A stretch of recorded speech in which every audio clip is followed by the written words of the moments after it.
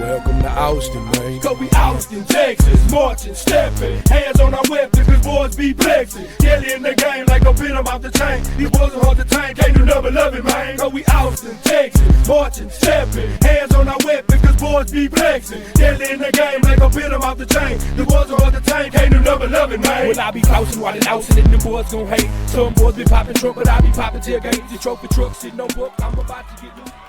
What's up, world? This is Albert Redeaux, aka Mad Creole, for the Austin Icon Podcast. Man, these people need no introduction.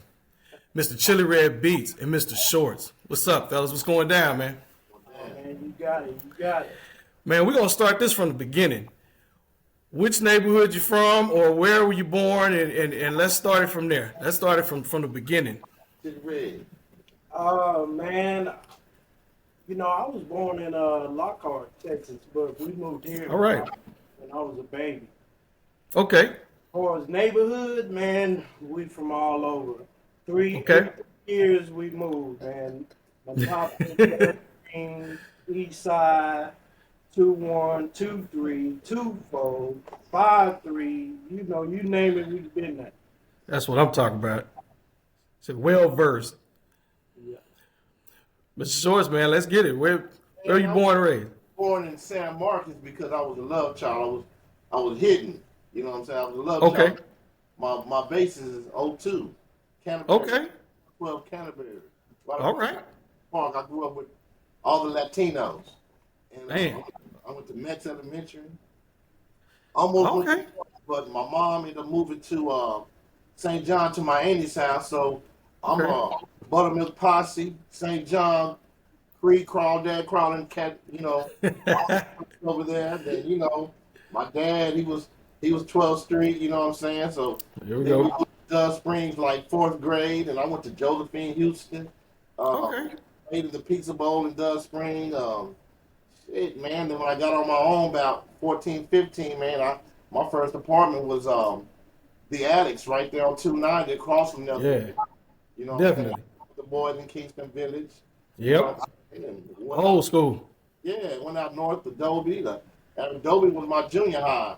And I got a duplex right there on Aberdeen, and shit, it's been gangster ever since, man. Y'all both from musical families, or just music? Just you the only one? Yeah, I'm the only one in my family. Okay. My dad's a preacher, so Okay. we grew up in the hymns and had my sisters and all them in the choir. We grew up in the choir. Shit, Miss Sauls was one of my favorite choir teachers. And, you know who Miss Sauls is? Yes, I do. Who don't? Yeah. Shout out to Miss Sauls. Miss Sauls with the ruler. That's right. Oh man, yeah. Let's not go there. Yeah, we ain't gonna go there. I got beat on it by everybody. Every school teacher, principal, they all whoop my ass. So I ain't gonna even sit here and act like I'm good. So yeah, my next question is definitely on music itself. When is the first time you started either doing poetry, rapping, singing, or picking up an instrument? 6th grade for me, man. 6th grade. Ooh, that's early. And what kind of instrument was it? What was it? Well, we didn't have no instrument back then, but we started out with the beatbox. I was a beatbox champion, man. You know. Then from there we went to Keelan Junior High. And Shout out Keelan. I was beatbox for T Double before I became a DJ. Shout out T Double, Tyranny. Yeah. And see, dope melody.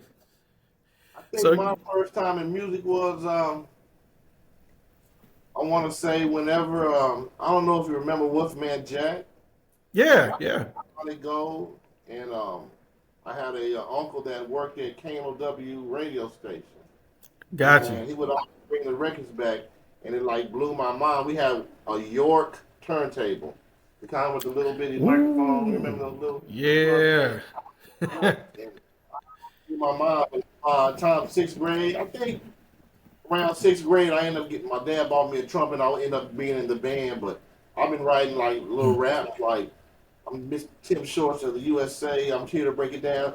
Way back in the day, you know. Oh man. That's what I'm talking about. All this shit, man. So when did from that point you touched on high school? So by the time y'all both had gotten to high school, where were you at musically as far as like right at that moment? So for high school, man, we had formed a couple groups, rocked a bunch of talent shows. Me and T Double did the public announcement for the Creative Rapid Learning Center. That was 88, 89. Mm-hmm. Performed in front of the Austin City Council, and Channel 7 News, and the owner of the Creative Rapid Learning Center booked us an 8-hour block at Production Block Studios to do the infomercial. That's 60501 East 5th Street. Yeah. And Yeah. then, with the extra time, we did our first demo. Wow. Okay. Okay. Where'd you do the demo at? Production Block Studios. Production Block Studios. Man, how much? I got to ask. How much were they charging back then to record? $5 an hour. Oh man. And See, that was that's big time rate. right. Right. How many, what was on the demo? How many tracks? Was it just one? It was about 5 songs. We did the You got a good memory, man. Rolling 5D. Don't let me get too deep. Yeah, we did like 5 songs in there. We did Was it Voice of Power? did we do Voice of Power? That was T Double's song, but that one of No, my but favorite the- songs by but T Double, Voice of Power. The first demo we did, we ended up performing those songs at the Doris Miller show that Okay. we all had put together with the fellas and all at that time. That was like the end of '88. Okay. Okay. Songs we did, Get Off My Dick, Rolling 5D. I think you had a solo. T Double had a solo. Yeah. I think 5D was my solo cuz. I think 5D we was getting into the era of G Ride, and we were Right. getting into ourselves. We were adolescents, getting our first cars, getting into mischief and learning different areas and neighborhoods, and we started creating our own identity around that time. So 5D was that song like, hey man, everybody was riding, they ride. We had a group of cats, and we was the group That's of right. cats that was in, so We was rolling 5D in my mama car.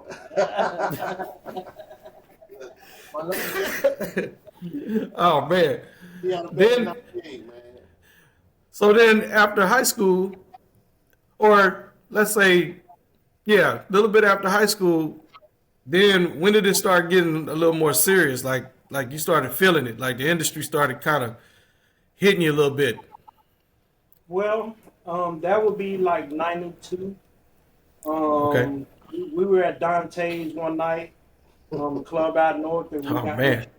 to H Shack, who introduced me to Salih. And we went to Salih's apartment, and he taught me how to work the EPS. And Okay.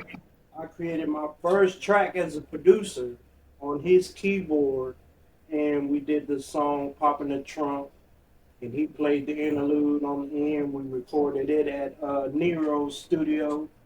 Okay. And that was our first cassette release single. Yeah. Gotcha. Trunk, yeah. We printed Gotcha. 75 copies of that cassette at Sound Recorders. Shoot, oh, Guadalupe Street. see, that's awesome. Yeah, shout out to Salih and Carnival Beats and the whole family out there. And yeah, that okay. So then from that point, after and that time frame, '92. That's kind of when Houston and Dallas was a little before. They had a couple of little pop offs around in that time, like Nemesis and some other things way before then. San Antonio, PK. San Antonio, yeah, San Antonio was popping off, and KO a few times with Pinhead, and I was more going towards Houston way always because my kinfolk Jerry turned me on going down to Houston visiting his people and stuff. So we got turned on the street military was one of the first groups we actually kicked it when it came kicked it with Street military. us. Shout out to Flea and all them my niggas, man. That's right. We opened up with them in that had to been 93, 90, in the 92, 93 at the Jamaican Racket Club. Jamaican Rock. Yeah. Hip Hop City. Hip Hop. Yeah. Hip Hop City. Yeah, we opened up with That's them awesome. and Scarface. Yeah. See, that's what I was trying to explain to the people. I was trying to tell people that.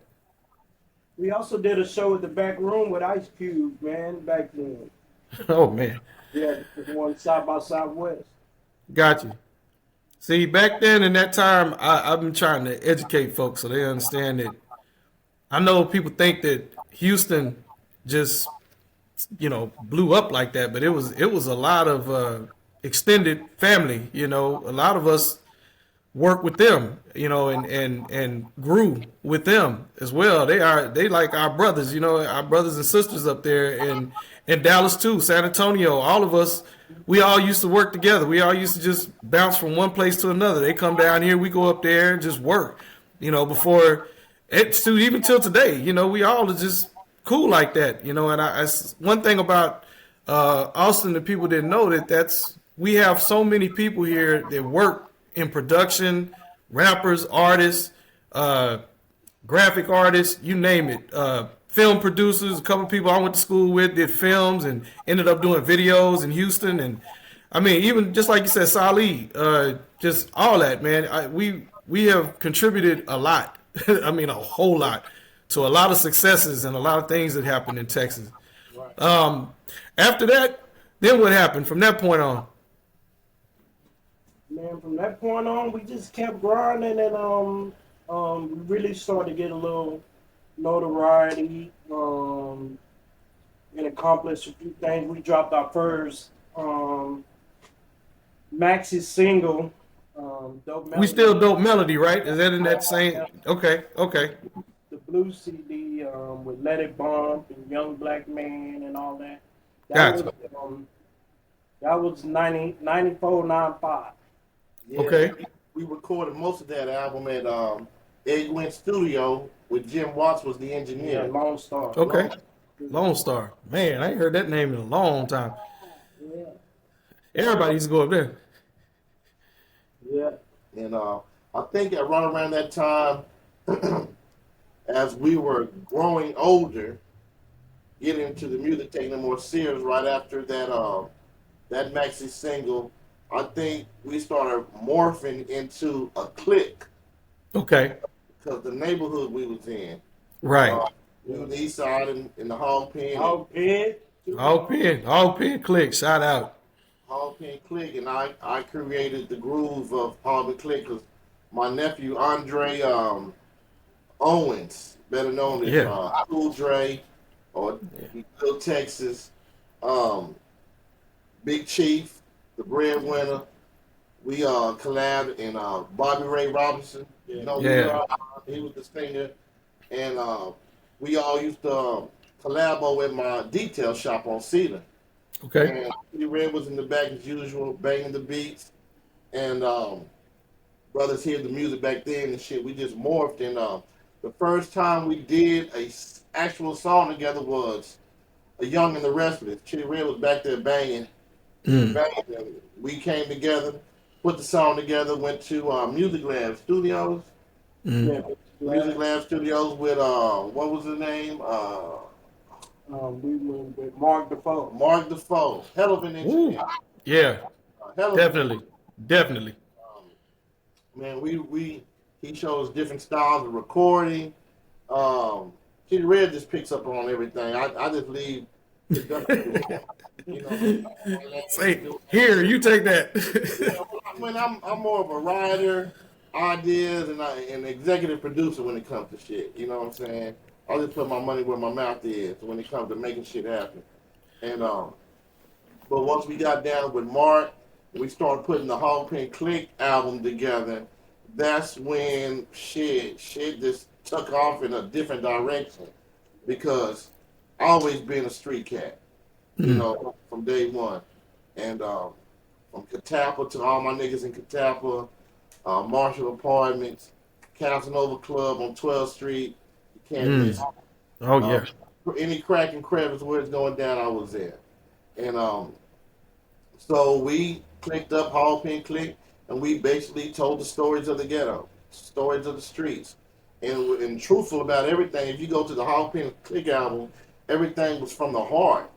You know, these are the days, and produced probably like 85% of that whole album. You know, Tim Bailey. Oh, Tim. Yeah, that's my brother from another mother, man. Yeah, that's my dude right there, man. That's my heart right there, man. He taught some things as well because he's a hell of a producer. Yeah. Shit, man. He did a lot of tracks on the second album, Catch Me on the Highway. Okay. He took a little hiatus, and so he kind of like had my back on making sure things kept pushing. And hell, man, I executive produced Catch Me on the Highway. I believe on that one we had a lot of guys on there, man. AJ Hines. Yeah, AJ. Man, we had so many. Mike Wade. What's the boy's name from Gutter Gang? Gutter Gang. Shout out to DJ LL because he helped. DJ LL. He helped push our album on the streets because we did shows all over.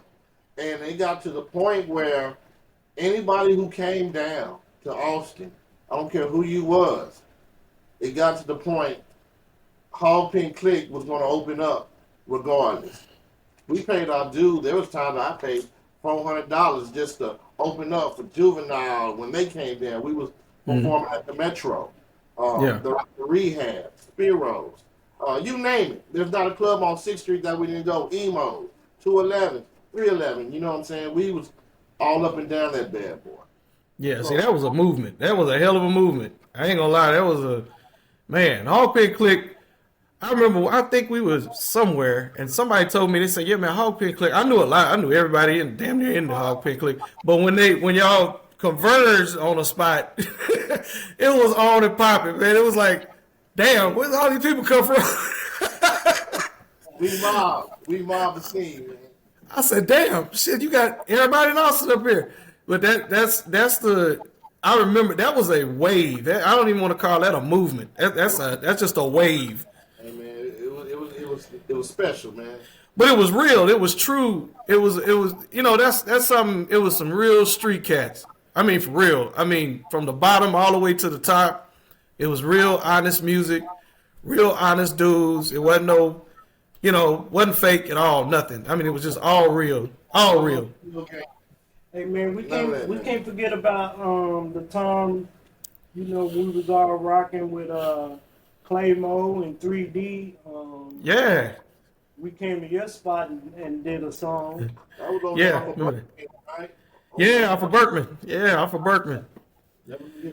Man, shoot, that was, you know what? That was so much fun just dealing with everybody, and I think, cause see, I came from Colony Park, so I went from Colony Park, and then I moved to Maiden Road, Springdale, and ended up going to Pierce and all that. But I mean, most of the people that I dealt with were either from Colony Park or from the East Side, and they were just, I don't know, at that time we had a lot of dope money, so the dope money kind of translated over.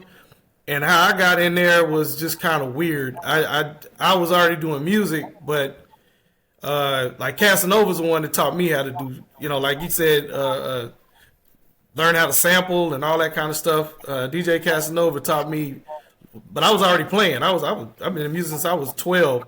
So by the time I got in there doing that kind of stuff, it was crazy. It was like the whole city was moving, and from south to north to east, it was groups and cliques, and man, everybody was in the studio, everybody was recording, people were trying to get their stuff out, and it was such a awesome time because everybody was moving. You couldn't go anywhere without a full show, full lineup.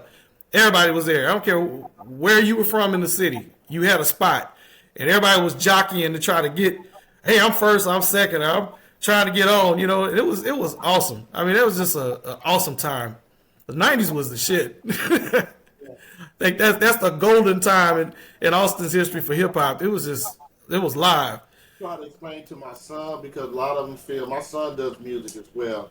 And they feel that they're highly educated when it comes to music and they know the recipe of getting it. Well, Dad, you don't they don't do it like that. And I said, man, but a lot of stuff that y'all are using now to promote your music, y'all have no idea what it took from the roots of just getting out, producing a song, jumping in the van, hitting the city, hit the mall, hit the rail, do the show, put the posters on the pole, you know, and now you can just hit a button and everybody share your shit.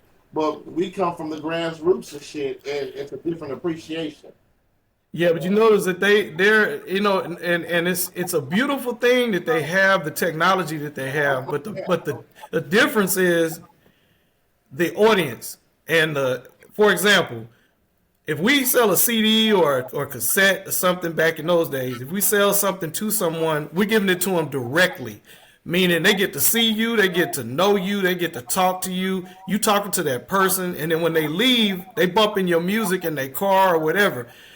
When you just doing the online thing, it's missing that one element. Yeah, I like your music, but I really don't know who you are. And it translates because, yeah, they get money in shows, but they don't really have the fan base that like we did. We have fans, literal people that just know, oh, I like your music. I remember this particular song. I have your cassettes. I have your CDs. I kept it from back in the day.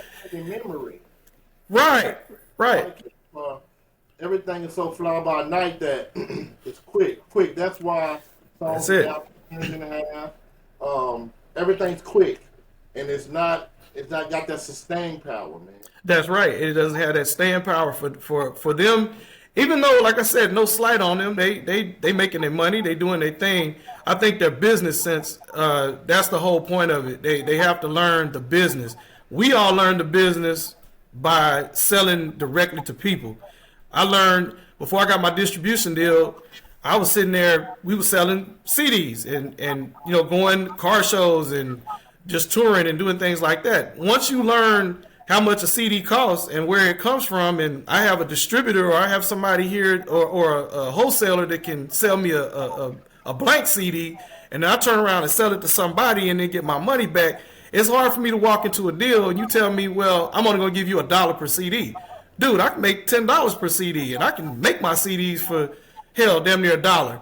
Why am I giving you this? You know, it doesn't, and that's something that even when we went up north and started learning, you know, going to New York, my manager was from New York. They used to always tell me, man, why don't y'all get deals? Why don't y'all, like, want deals down there? And I'm like, because we do it ourselves. Why the hell we want to do? Y'all are slaves to the industry, man. Right, it's the money. I mean, it's just hell. I remember Flip went and got a deal, turned right back around, and put all this stuff in the stores locally, and through Houston and all through the South, and double sold all his units and pissed off the label, and they got mad at him because they were like, "Wait a minute, you can't do that. You can't go out." Hey man, he took his free goods. You know how they used to give you those the promotional CD. He took the promos and put them in the store and sold them. I mean, that's hustling. You know, they always said brothers from the South were stupid, but we were way more ahead than they thought we were. Man, way more. Just because we didn't have no shot, man. We didn't have deals. There weren't no record labels down the street. We were way more hungrier than those who had it at their fingertips. Man, there was no Sony. Universal or something. Right. We didn't have that advantage. No, we ain't got none of that. We rap a lot. You know what I'm saying? Man, Rap a Lot was like it for us. I mean, that was, you know, Mr. Prince. It was it. I mean, he's still, you know, just a god to a lot of us. You know, he is the example, and I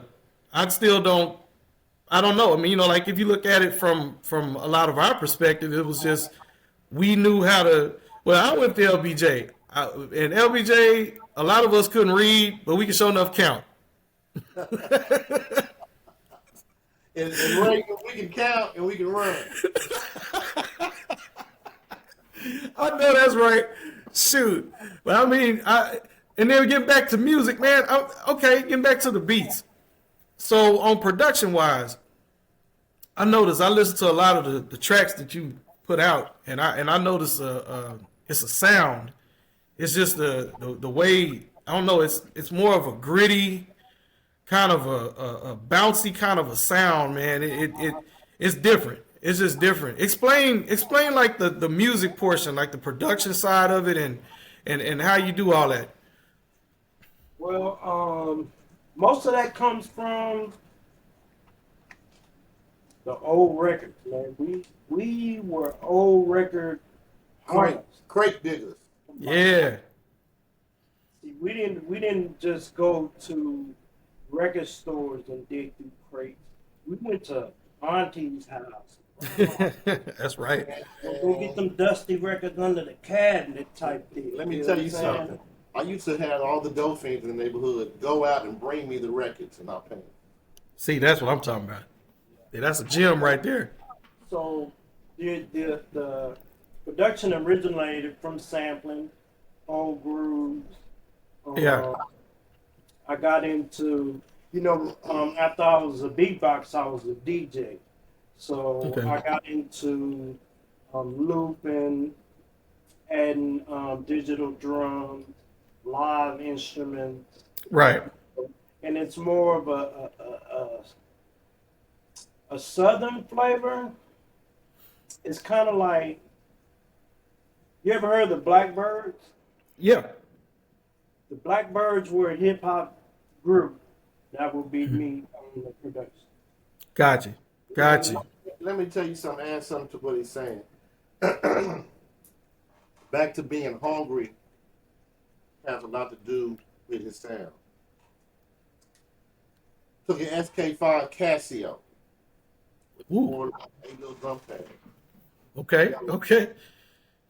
He would sample a loop, speed the record up with his finger. I'm like, what the fuck is this nigga doing? That's sped up sound, recording to the sample. Yeah. Pitch down. I said, what the fuck? And I watched him do this. Yeah. He didn't drop it, and it would morph the sound. Only way you would know the sound if you had an ear for music and know where that actually sound came from.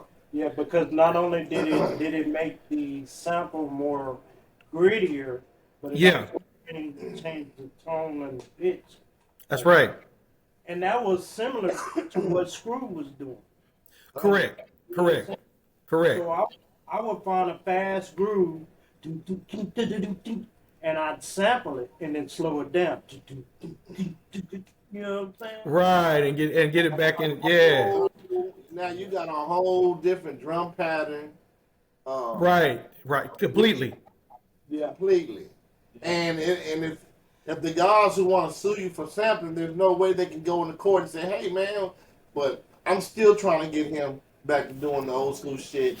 He done morphed into new shit. But I like them old southern gritty beats, man. It's hard to clear them samples. It's hard to clear them samples, man. Shit. So, Man, only way you can do it now. It's some places online that'll let you. I guess you can connect up and do it that way. I forgot the name of it, but yeah, but you still got to pay. Oh yeah, you gotta pay. I forgot the name of the dude who did all the Wu-Tang. Not RZA, but the whole the guy that behind the scenes. The dude that played the music. He created a site. Him and Ninth Wonder, and they have like a site where you can go on there and you can play with the samples, and it automatically pays it pays the people, so you can But again, man, do you really want to pay for it? Back then it was free. I guess that's the way a lot of us was sampling and. You got De La Soul. Oh yeah. What's the other? They partners, De La Soul partners.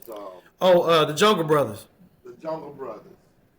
And they had a problem.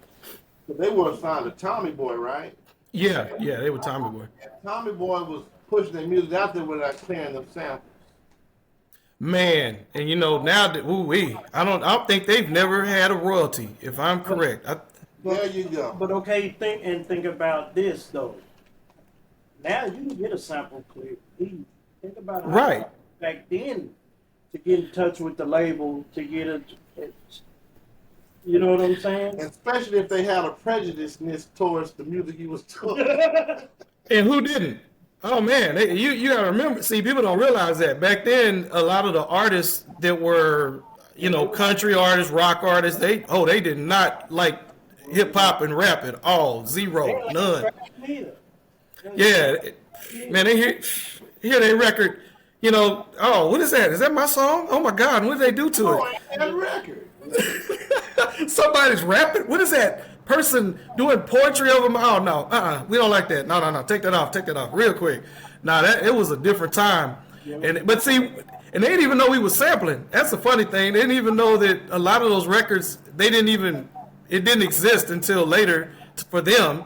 And then they were like, oh yeah, these became, you know, hip hop staples. And then they're like, oh, okay, well now I want my money. I want all my money. I want everything. And I kind of don't blame them. Well, guess what?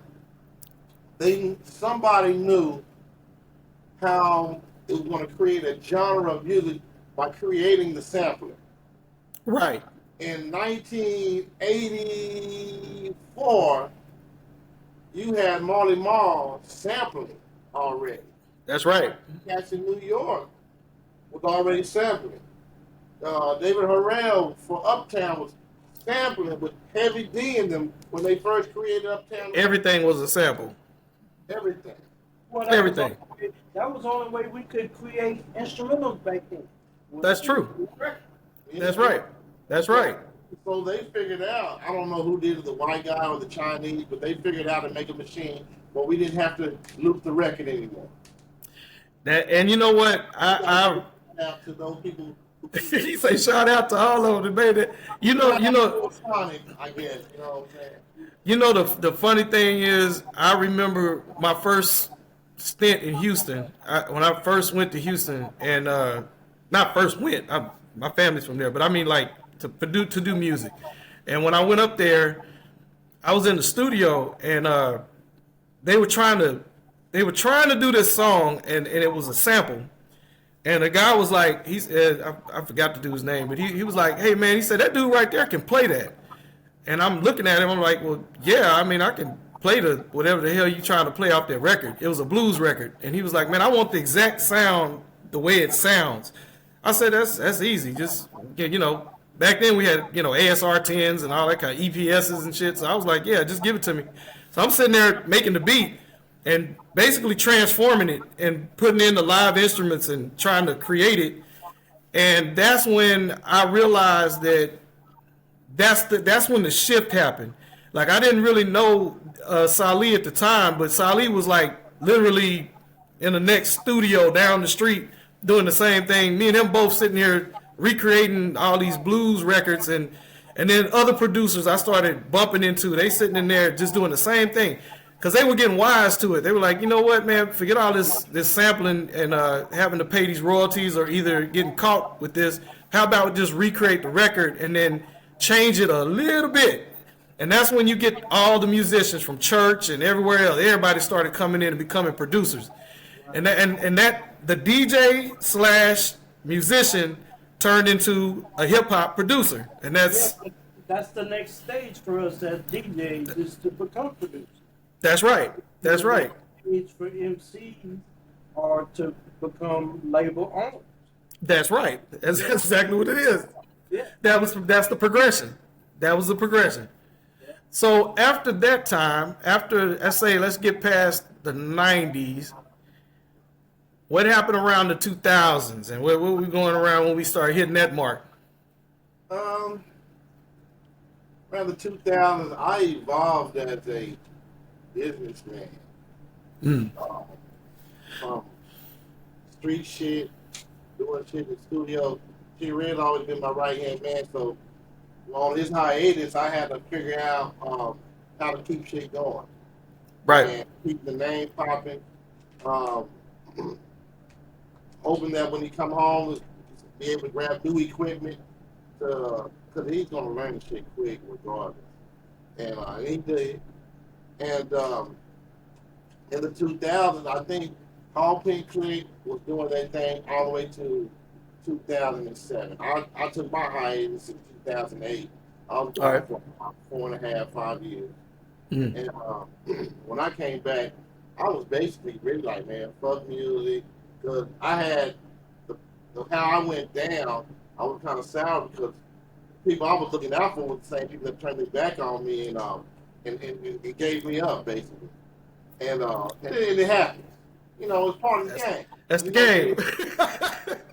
You fuck around long enough, you're going to get your hair cut. And, there you go. So I knew and I wasn't ready, so I decided to reinvent myself. Right.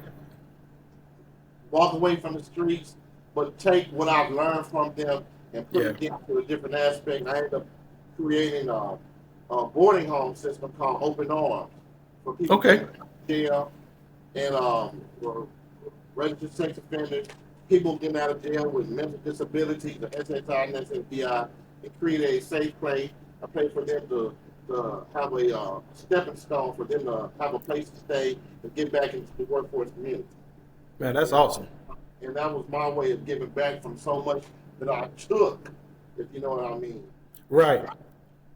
So I give it back now. And so here as I stand doing this, I went to work for Travis County, got my CDL, got my Class A, got my tanker's license. I got so many endorsements. And learned how to drive and work at different equipment. But I was still thirsty for music. But I was like, man, I did what I did. I spent thousands of dollars. Yeah. You know what I'm saying? The cats that were with you, they didn't have respect for music the way we respect music and love music. It was like the stuff that you hear now, like, man, really, that trash. And then the era we came from, it was more guys promoting. We didn't promote or glorify drug life, but we promoted the struggle. Right. When it was the struggle. When you hear our music, we talk about stuff, it's talking about getting out. That's right. Staying in and promoting and glorifying drug use. Now you hear it, everybody wants to pop a pill. Everybody wants to be on some type of dope. And the young ladies, instead of being ladies first and showing how to be young ladies, they're letting their coochie breathe, like they say, you know. And I'm just, and as you get older, I got grandchildren now. That's right. And I got granddaughters, more grandsons and granddaughters, and I want them to be able to absorb things from their era that are healthy mentally. That's right. Because we have a duty as fathers, providers and protectors. We have that duty, and here we are as musicians.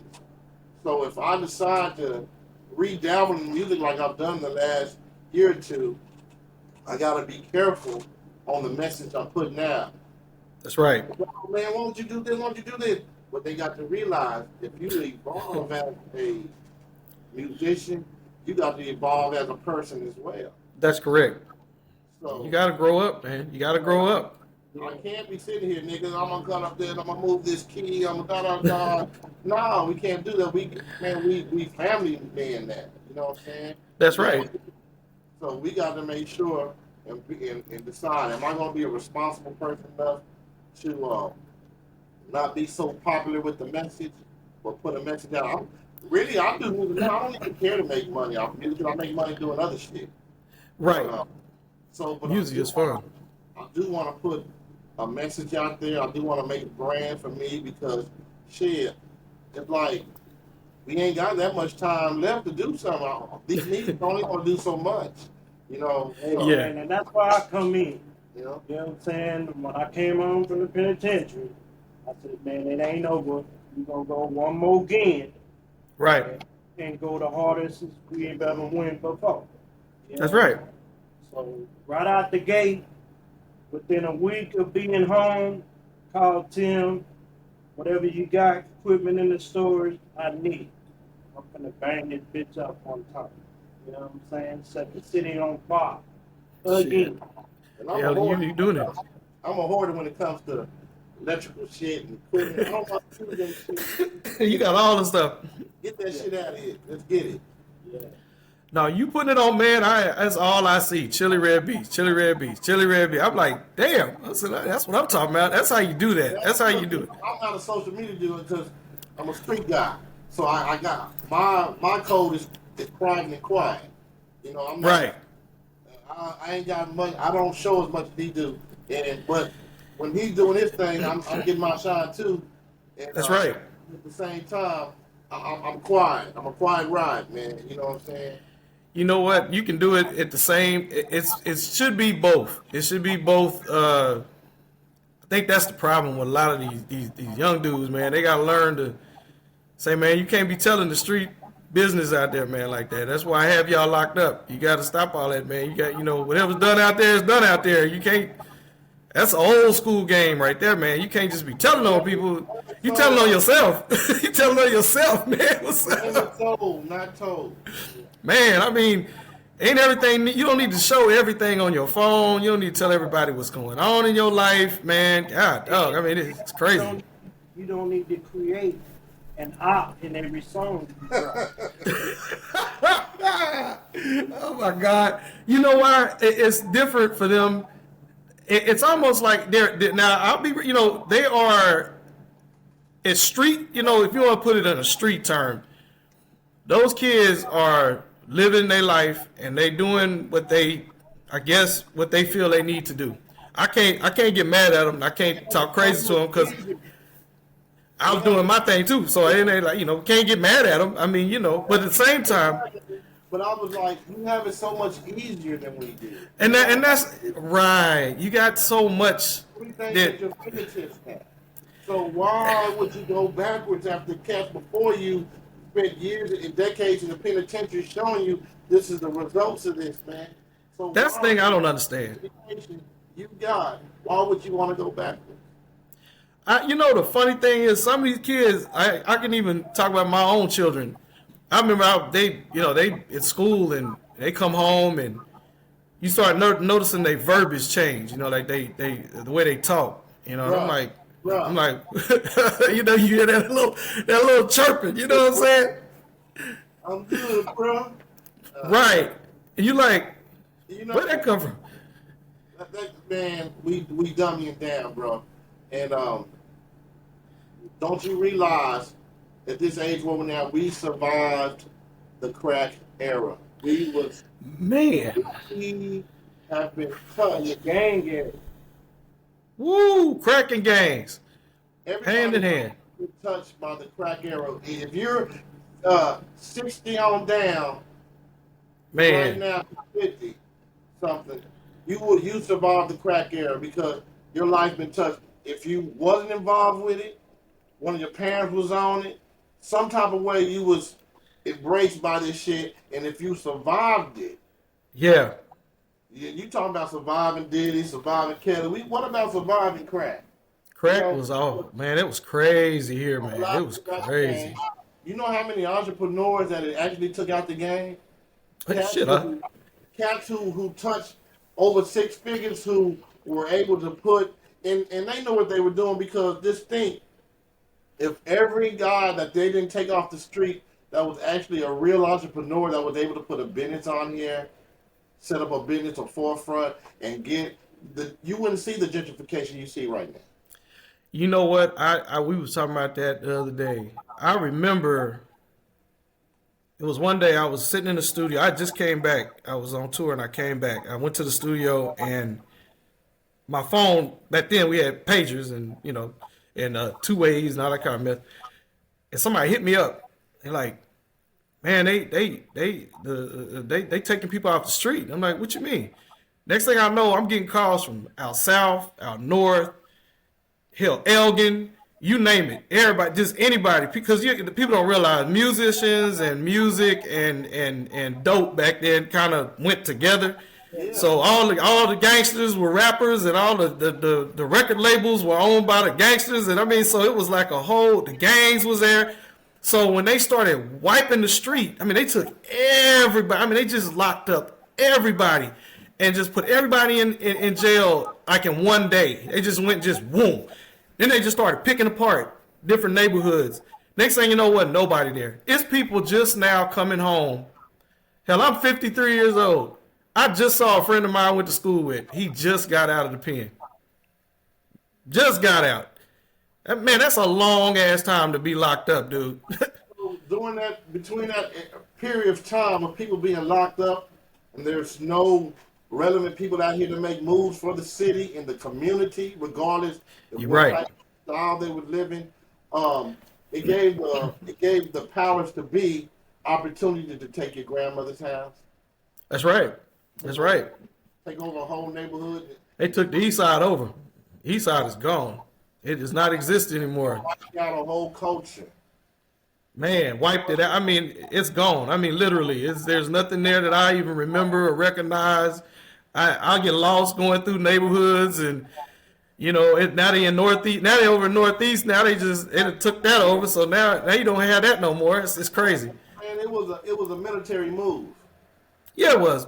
But it's our fault. It's not. I never blame nobody for nothing. It's yes, we were manipulated. I put it that way. But uneducated. We was uneducated. There you go. That's where it come from. We was uneducated. Less than 200 years, brother. And that's what I'm saying. It's just.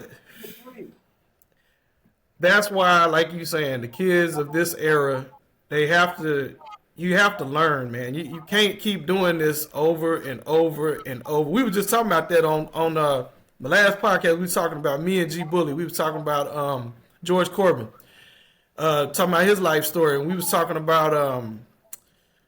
I told him my grandmother. She used to tell me, she say, Albert, don't ever buy nothing on time. She's called it on time, meaning credit.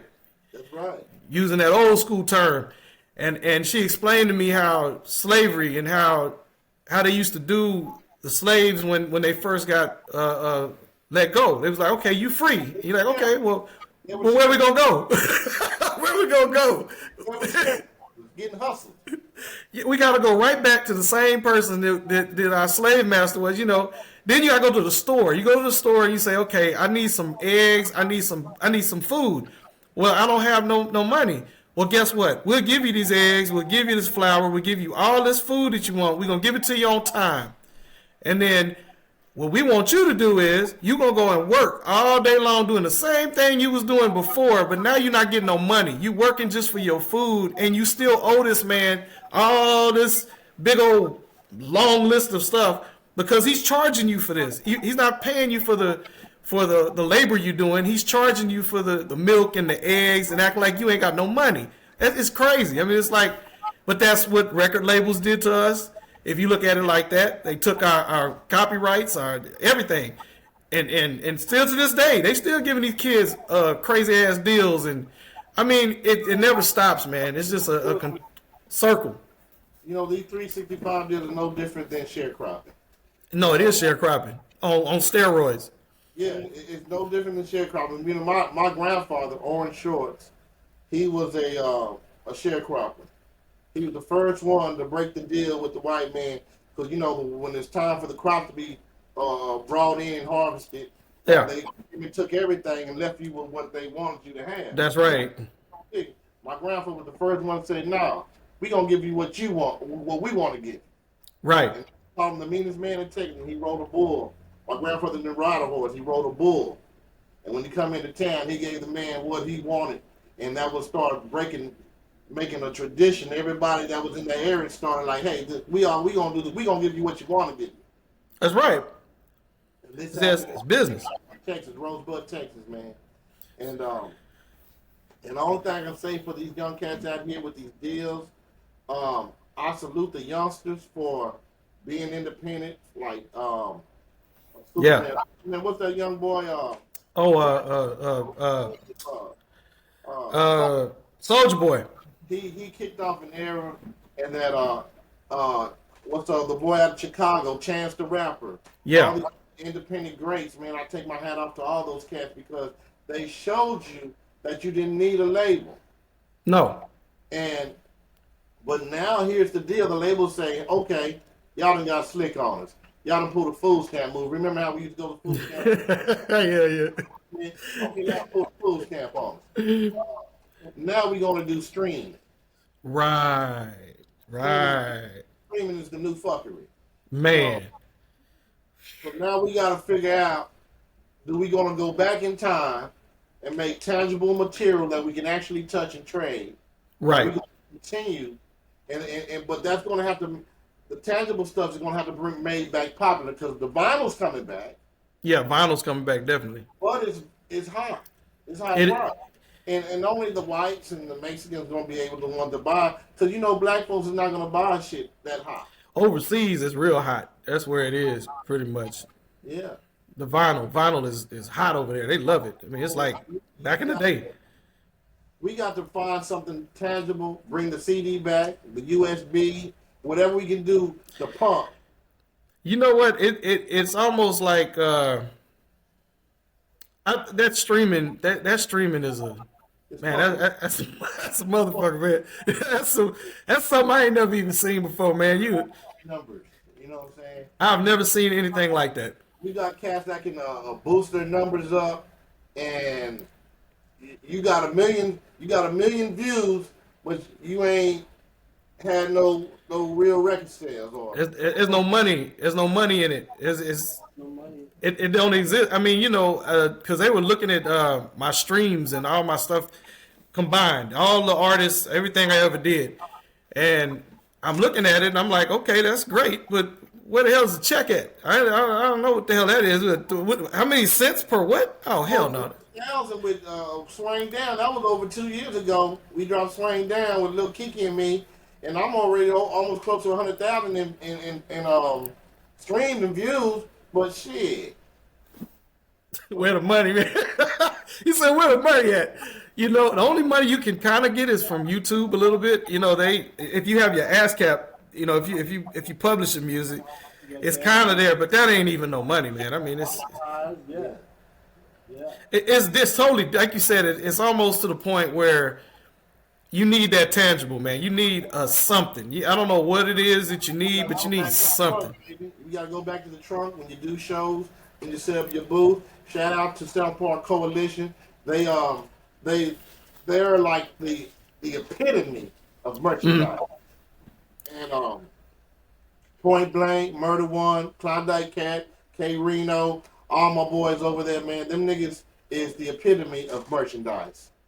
And yeah, definitely. Sweaters, hats, caps, CDs, you name it. Whenever they might not make $1,000 at a show, but they're gonna try to make it off their merchandise. And that's the only bright spot, I would say, to like most of the young people, the merchandise. It's easy to make it, create it, put it up. Hell, I remember we used to have to literally go buy 1,000 damn shirts and then print them up, and then you out of money. You trying to sell shirts because you done spent $10,000 damn near on some damn shirts. Right. That was hell. Everything was harder back then. No, it was definitely harder, but like you said, now it's almost, it's easy. Like, that's the only reason why I jumped back in, and even, hell, I'm staying retired. I'm not coming back out. Like I told people, even online, they be like, oh, when you gonna do this? When you gonna do? I ain't doing none of that. I'm having fun. I'm enjoying myself. I want to do what I wanted to do. All these years that I did music, I had to do something somebody told me to do. Or I had to stop what I wanted to do to go make money. So I had to go produce this album or produce this track or go engineer something or play somewhere. I want to do me. And that's the freedom of being the age you are. You can do what you want to do. And the internet is a awesome vehicle to use. Like you said, it's just the money of it. If you don't have a stream of money coming in from somewhere else, it's kind of hard for you. I'm in it for the money. I'm doing it for the culture. That's right. It's like when I do music now, like CHILLYREDBEATS, I'm gonna drop this song. Now drop a single. Drop a single. Right. Every 3 months, drop a single. Drop a video. Stay relevant. Drop a single. And hopefully one day, I can collab and say, you know what, this song, I'm gonna put it on this album right here and call it this with these songs, particular songs. That's right. That's right. With the stuff already created. And that's the name of the game, is doing what you, that's exactly what I'm doing. Is what you just said, exactly what I'm doing. And that's what all of us should be doing. There's no age limit to music, and there's no age limit to hip hop. I don't know where they got that thought process. The black community, because Willie Nelson, country music, all these other rock and roll, you name it, they're still on stage at 80 years old. Hey, Dolly Parton. Killer Mike said it when he won his Grammy, man. Right. Age limit. And he's proof of that. Yeah. Because, I mean, you got to think about this. No other genre of music stops you from doing music except us. The music never died. Because we No. are created to be our worst enemy. We was Right. created straight out of slavery to be our worst enemy. Master taught us how to hate one another, pull us back into the bucket. That's right. Next one achieve. And it is a disease method. Because anybody who's read the Willie Lynch letters. Have you ever read them? No, I'm aware of them, but I never read them. Yeah, Willie Lynch wrote a book teaching the slave owners how to control their slaves. Right. So he knew what to do to, Indoctrinate and to do, yeah. Well, he set up right now you would call them seminars. He would have seminars, and his famous one was on the James River in Virginia, when he told them, "Hey man, I came in here and I smelled your profit hanging from a tree." In other words, you got your niggas hanging from the tree. That's your money right there. What you're That's doing. your money right there. Be on the Right. feeding and everything. And so, to this day, we've been taught how to be a machine against ourselves. And that's why it's very important to be a father, a protector, a provider, the leader of your tribe. We need elders back in our black community. When I say elders, there was a time we was back home in native Africa, we would sit down and there was an old man with a long beard, the campfire, everybody was good and full, and he told you a story about how to make different decisions and wise decisions. It was a story that was put into metaphors, but it was for you to understand how to conquer your situations. You feel? That's right. We don't have that anymore. So now that we don't have it anymore, some of us put it into our music, and it's up to you to not let it be over your head, to understand it. And some of us are just putting foolery into the music to bring us to damnation. To keep it going, keep the same old indoctrination going. So see, that's. Are you going to be on? Are you going to be on the good messenger side, or are you going to be with the part of evil? Because we got to pick right now. What are you going to be good, or are you going to be evil? See, and that's the whole point of the podcast, is to bring light of and to bring more people into the fold. You know, I think that's something that our age group, we probably the last ones that actually got to be around the real old people. You know, I'm gonna whip your ass old people, the ones that get switches and beat your ass. You know, and they were no nonsense. You know, like I tell my kids, my grandkids, I tell them the same thing. My grandmother was just wonderful, beautiful lady, but you did not want to test her mindset. She had a very loving heart. She loved God, but her memory and the things that she remembered and the things that came before her and the family and my great grandfathers and great grandmothers, her memory of that was so vivid. And like I remember I had this quilt that I used to play in when I was little, and my grandmother lived in Burnett, and so I would sit there and play in her quilt. And one day she looked at me, she said, "You know what that quilt, you know what the purpose of that is? You know why we make quilts?" Because I never really understood why she would make the little different colors, and you know, they look weird, you know, quilts. And she explained about slavery and maps and how to get out of bondage and that kind of thing. And I'm like, wow. I mean, you know, just that's a mind trip for you to think that a piece of, something that she just made. She didn't make it because it was something, oh, it's fashionable. It's something that came from way, way, way, way back, and it just translated on to this time frame. We don't. That's a beautiful thing, and we got to get back into bringing something back and bringing something to the table as for educating our youth for the next generation to be. That's right. Like in the song, I have a song with Kay Reno called "Live and Learn." She's really produced the track, and when I heard the song, it was like, damn, man, I gotta say something that's potent in this motherfucker. Right. And at the end of the song, I say, "An old man dies, a library burns." Ooh. And, you whoa. know what I'm saying? And just like your grandmother, I gave you that information. When she died, if she's still living now or whatever, She been gone. when she died, a lot of stuff went with her. Information Went away that you will never receive unless you took it and embraced it to yourself. That's right. You passed me down. I had no idea about that quilt. And you just passed me some vital information, educated. Something that just passed down to you. And we should take those jewels, those gems that they give us and cherish them, man, because they're intangible, priceless. That's right. That's right. And that's all we have, man. I didn't even know. You remember we was little cowboys and Indians. I had no idea. You be in school and you don't see no black people in none of these books. None. And I remember my grandmother had all these stirrups and I used to play in her little trunk and I'd be playing in there and bear traps and all kind of mess. I'm like, what is this? He said, well, these belong to your uncles and these belong to your grandfather. And I'm like, okay, well, why does he have them? He said, well, they were cowboys. I'm like, cowboys like who? Like the people on TV? The white people on TV? I'm like, she said, no, baby, those weren't the real cowboys that were out there, taming the Wild West were black people. I'm like, what? The others were terrorists.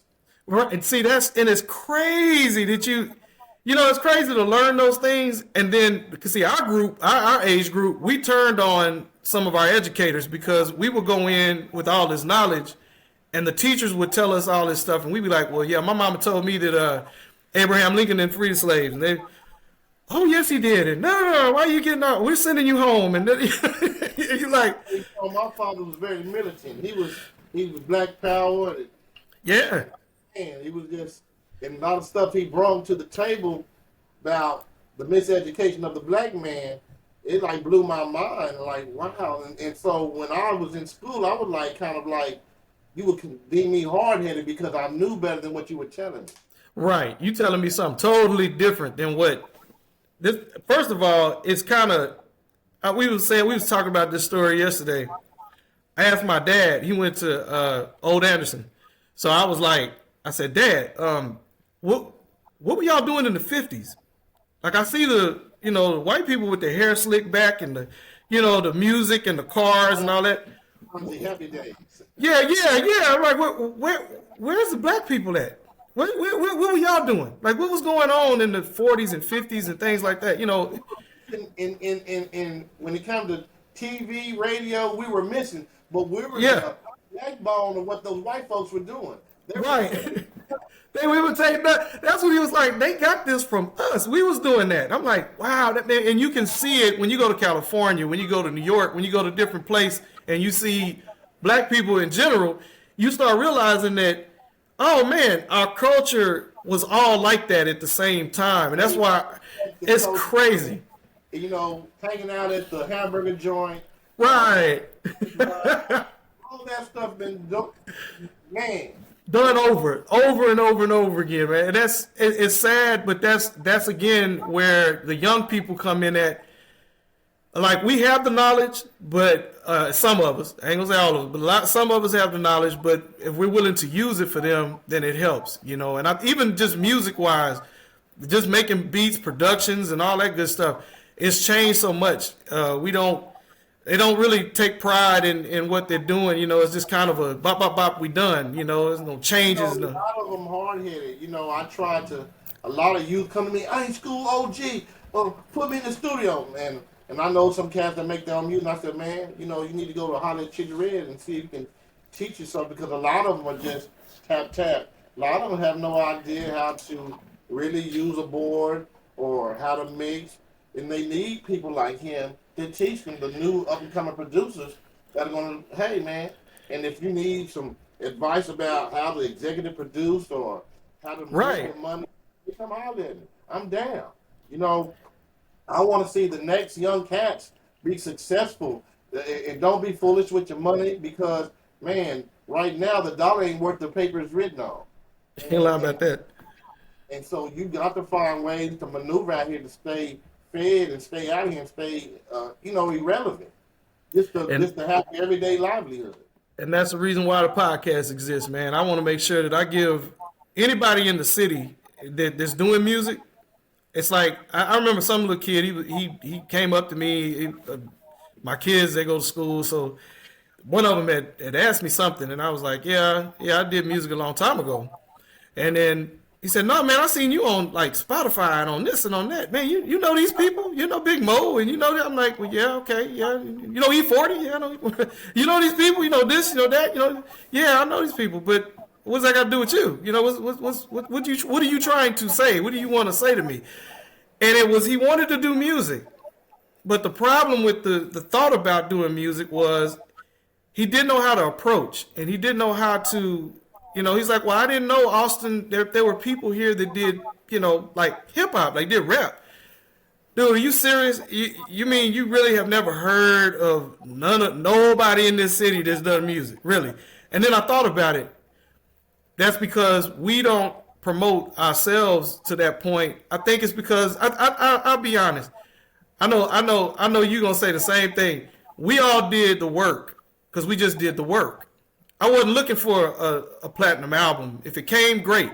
I was in the studio trying to come up with the next track that I was trying to do. I was trying to sing this, or I was trying to find the next artist, or I was trying to better the culture. I wasn't looking for the fame of it.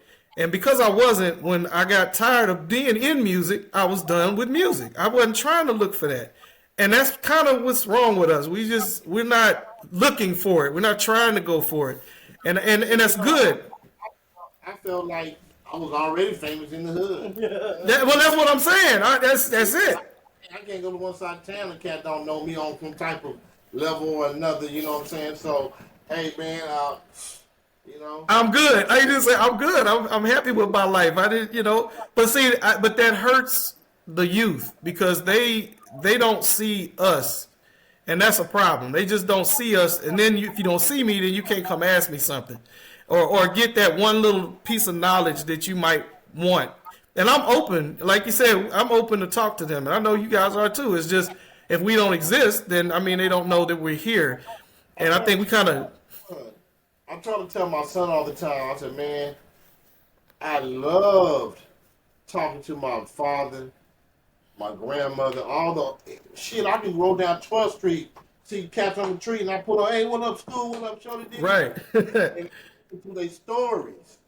Right. And to their advice. Listen to anything they would ever do, because everything was a jewel. But nowadays, the youngsters feel like they know it all. Yeah, that's true. It is. It's some old bullshit, some lame shit that I don't need to do that, but you got to I tell them you got to realize, man, there ain't nothing new under the sun. Knowledge, man, knowledge.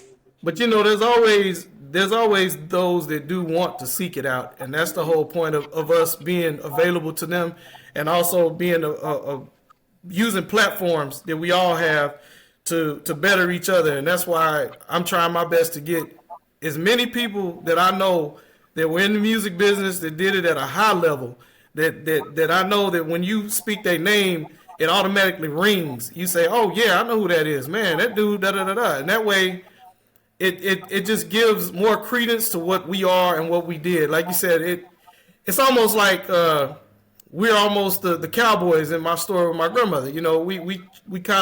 We exist, but we're not out front. And we don't really. I don't want to be out front. That was the next thing. I don't really want to do that. I'm not, like you said. I'm more of a back person. Because being out front comes with a price. That's right. and then I got to deal with people, which means that I got to go and deal with whatever comes with that. And say now you're robbing me of my serenity. Yes, and yeah, like you said, you know, man, it's funny. Like I told my kids, if you ever lived in the hood, you ever lived in the neighborhood, you grew up like that. If you ever grew up for real, I'm talking about real shit. You're not trying to go back to that. You're not trying to live that way no more. You're trying to get away from it. Now, is it in you? Yes, it's always going to be in you, but it's not something that you want to go out here and try to live that again. And trying to keep it going for the next generation. No, hell no. 12 Canterbury. It's one of the most gang-related areas back in the day, full of Latinos. Me and my brothers were the only blacks on that corner right there. You know what I'm saying? I'm the only one out of my brother that doesn't have a Mexican wife. And but they talk about the gang, but the stuff over there was so serious. When I went across the tracks of 12th Street, it was light compared to where I come from. Man, you walk down the street and see intravenous needles. You see guys in the park that would overdose things like that. Bodies thrown in the lakes. You know what I'm saying? You know, and just to come from that way, it reminds you, hey man, it got to be better. Yeah, it's got to be better. It got to be a better way. You want to be able to be in peace. You know what I'm saying? And I don't know why the younger generation glorifies, you know, this detrimental shit, man. You know why? It's part of the culture that we have to change. That's why we got to stay in the game for a little bit longer and got to teach a little bit longer and show these little dudes how to do this, you know, and that's the whole point of this, man. I'm gonna wrap this thing up, man. But you know what? This is why I do this. So I get a chance to revisit people, talk to people. Some people I've never met before. Some people I have. Some people we met a long time ago and never been able to like sit down and I tell people, man, everybody's story is so different and so vast, and you want to hear what those stories are. Like you said, this is a part of our culture, hip hop, and just trying to get people out there and let people see who we really are and glorify the city of Austin. I love Austin. It's my city. And I want people to really recognize the work that we did and the work that we're still doing. Anything y'all doing today that you want to throw out there? Hey man, I just want to remind y'all about the All Gas No Brakes mixtape on all platforms. Chilly Red Beats, Money and Power Respect. You got Mr. Sword Swing Down with the Grammy winner Charlie Boy. Kiki. Congratulations, Charlie Boy, man. And his new single Live in the Mix, man, with Young Star. Yeah. Young Star. Now we on our platforms. Yeah, I'm staying busy, man. You know, a lot of people say, hey man, why you got a lot of these features on there? Why don't you just do you? I said, man, because during the time I was hot with Hog Pink Click, we was planning on doing a lot of collabos with people, and I didn't get to do them. So why not in my fourth quarter? Why not get out here and share some of the light with some of these cats and collab music? But I do have a lot of stuff coming out on my own. But like I said, I'm just throwing singles out there, hoping people enjoy them, let them catch speed or whatever. Man, I'm out here, baby. You know, I'm living. And I love the humanitarian, man. Say that one more time. What you doing for the people that's coming out of jail and man? What? That's open arms boarding homes, man. 7404 Arctic Court is the headquarters where most of the registered sex offenders come that are trying to get a second chance. I got 5105 Heflin Lane for the guys who are dealing with mental issues. SSI, SSDI, and 8201 Sam Rayburn is where I deal with most of the guys coming out in work release situations, or they're trying to work, mostly getting jobs at Goodwill, just get back into the workforce. So I'm giving back, trying to get guys a place to stay so they can get a foothold and get back in the groove of things, man, so they can be a positive product of the environment. You know what I'm saying? See, now that's awesome. See, I love that.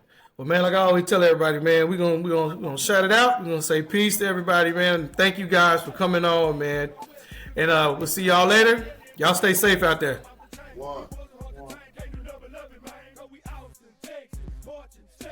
Hands on our weapon, 'cause boys be flexing. Deadly in the game like a pin 'em off the chain. The boys are on the tank, ain't no number loving, man. Well, I be flousing while they lousing and the boys gon' hate. Some boys be popping trunk, but I be popping tailgates. The trophy trucks sitting